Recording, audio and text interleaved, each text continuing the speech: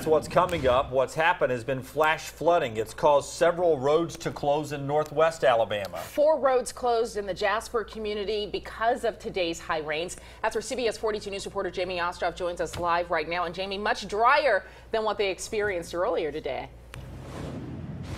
Definitely, Sherry, but the people who work here along 19th Street where I'm standing right now actually say flooding is pretty common in this area. These fans aren't here to beat the heat. They're here to dry the place out. Dustin Beatty shot this video when he walked into the lavish boutique Friday morning, which he owns with his wife. It's my wife's crown jewel.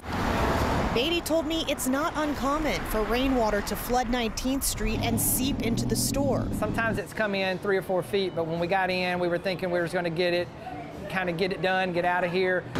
But this time, we could have had a modern day art come through if the animals could have been pairing up 2 by 2. From there, Beatty and his staff cleaned up the mess, opened the store an hour late, and hoped for a dry forecast. I don't think there's anything that we can do here. I think there's a drainage problem that's been around for a while. We might need to look at it a little harder to see how quick we can address that. Turns out Jasper is addressing it. Our city council has just recently approved spending in excess of $1 million for 3 stormwater drainage projects. Mayor David O'Meary told me the flooding is probably the result of an outdated drainage system and that the area in front of Beatty's store will likely be the first to get an update. I'm just pleased that we're in a position to solve these problems.